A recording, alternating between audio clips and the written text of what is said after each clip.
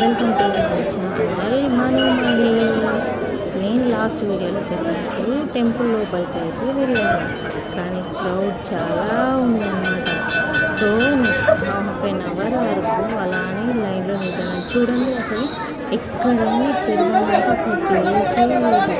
అసలు గుడి చుట్టూ ఉంది. అసలు ఈ ప్లేస్లో ఎప్పుడూ పెట్టరు, బట్ ఇప్పుడైతే అసలు ఎన్ని దీపాలు పెట్టారు. నేను అసలు పర్మిషన్ ఉండదు, కానీ అందరూ బయట అది టెంపుల్ సిబ్బంది ఉన్నారని అందరూ ఇటు సైడ్ వచ్చి పెడుతున్నారన్నమాట, ఫ్రీగా పెట్టచ్చు అని. అయితే ఇక్కడ వాళ్ళు వచ్చి తర్వాత వాళ్ళని లేపారు. వాళ్ళు ఇంకా ఫాస్ట్గా పెట్టి వాళ్ళు దర్శనానికి వెళ్ళారనమాట.